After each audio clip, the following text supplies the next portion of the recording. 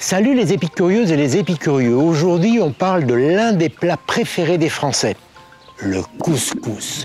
Mais savez-vous d'où il vient? Tout le monde n'est pas d'accord. Du Maroc, de l'Algérie, vous allez voir que c'est un petit peu plus compliqué que cela.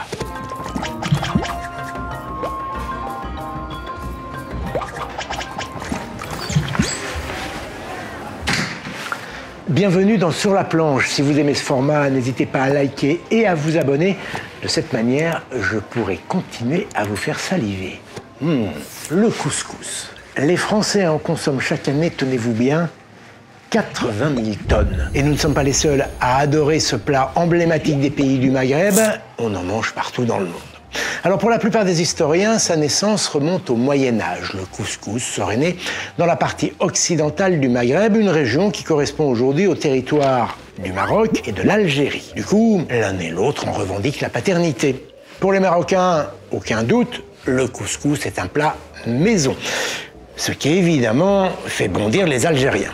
Alors, qui a raison? Qui a tort? Eh bien, je suis désolé, mais il est impossible de trancher.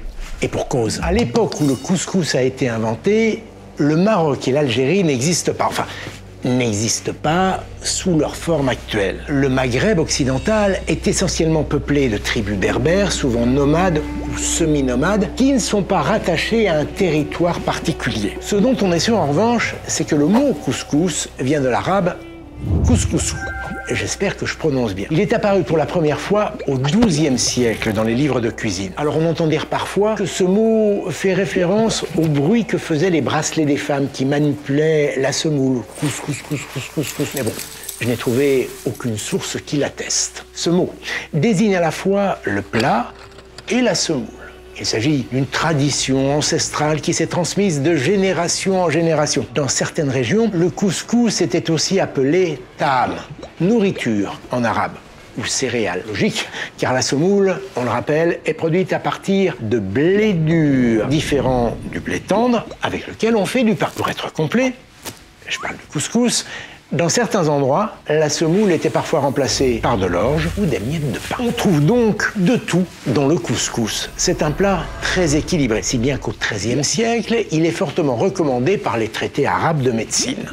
Le plat connaît un tel succès qu'il va se diffuser au gré des mouvements de population dans tout le bassin méditerranéen, au-delà du Maghreb occidental. On le consomme en Égypte, au Proche et au Moyen-Orient, mais aussi en Europe. Il débarque sur notre continent par l'Espagne et le Portugal. Il faut dire que ces deux pays ont été sous domination arabo-musulmane pendant plus de 7 siècles. En France, on ne le découvre que bien plus tard. Il s'invite à la table des Français au milieu du XXe siècle, à partir des années 50-60, il traverse la Méditerranée au moment de l'indépendance de l'Algérie et du Maroc. Et maintenant que vous êtes incollable sur l'origine du couscous, il est temps de passer aux travaux pratiques. Enfin, à table. Direction la cuisine. En fait, il n'y a pas un couscous, mais des couscous. Traditionnellement, il est composé de viande, au singulier ou au pluriel. De l'agneau, en priorité. C'est le couscous que l'on déguste au Maroc ou en Algérie. Mais si vous n'aimez pas l'agneau, vous pouvez le déguster avec du bœuf ou du poulet. Et si vous avez vraiment beaucoup d'appétit, vous pouvez même réunir toutes ces viandes. Les légumes maintenant. Je voudrais pas casser l'ambiance, mais t'as pas oublié un truc essentiel, genre les guesmers. Mais oui, on peut aussi agrémenter ce plat avec des merguez, indispensables pour réaliser un couscous royal. Je précise cependant une chose, c'est qu'à l'origine, il n'est pas très populaire au Maghreb, car les merguez, telles qu'on les connaît aujourd'hui, c'est-à-dire une saucisse à base de viande de mouton hachée, est une invention française. Voilà.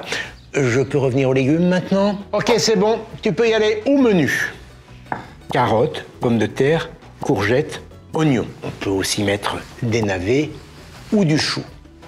On n'oublie surtout pas les pois chiches. Non seulement c'est excellent au goût, mais c'est aussi très bon pour la santé. Ils sont riches en protéines, en vitamines et aussi en fibres. La viande, les légumes, il ne manque plus qu'une chose, la semoule. On l'a dit, elle est obtenue à partir de blé dur. Les grains sont débarrassés de l'enveloppe qui les entoure et concassés. Mais attention, pas trop finement. Il ne s'agit pas d'en faire de la farine. On doit sentir le grain, mais pas trop quand même. Le tout est ensuite séché et tamisé. Dans certains pays comme le Sénégal, la semoule de manioc remplace celle de blé. Et on mange même du couscous de maïs au Brésil. Aujourd'hui, on ajoute aussi des raisins secs. Alors, ils ne figurent pas dans la recette traditionnelle, mais cette petite touche sucrée n'est pas désagréable au goût. Vous avez toujours faim? Alors, voici un couscous plus original. Allez, on dégage la viande, l'agneau, le poulet, les merguez et le bœuf. On garde les légumes et la semoule qui vont accompagner du poisson. En général, on y trouve de la dorade, du cabillaud, du mulet ou de la rascasse. Ce couscous est excellent, il vient de Tunisie. On le retrouve aussi très souvent dans la cuisine sicilienne. Enfin, vous pouvez aussi vous passer de protéines animales et vous contenter des légumes et de la semoule, des pois chiches bien sûr, car ce sont les seuls qui vont vous apporter les protéines nécessaires à notre organisme. T'as encore oublié un ingrédient essentiel. Mais bien sûr, la harissa. Cette petite sauce, petite mais très forte, est obtenue à partir de piment. L'harissa, de l'arabe harasa, qui signifie écraser, piler. Au passage, si vous voulez savoir pourquoi le piment brûle, pourquoi il arrache la gueule, comme on dit, eh bien, reportez-vous à la vidéo que nous avons faite sur le sujet et qui se trouve ici. En général, il faut délayer l'harissa dans un petit peu de bouillon avant d'en arroser la semoule. Quoi qu'il en soit, tout ceci est excellent. Et celui qui a préparé tous ces ingrédients aurait très bien eu sa place au Couscous Fest. C'est le championnat du monde de couscous qui a lieu chaque année au mois de septembre à San Vito lo Capo, en Sicile.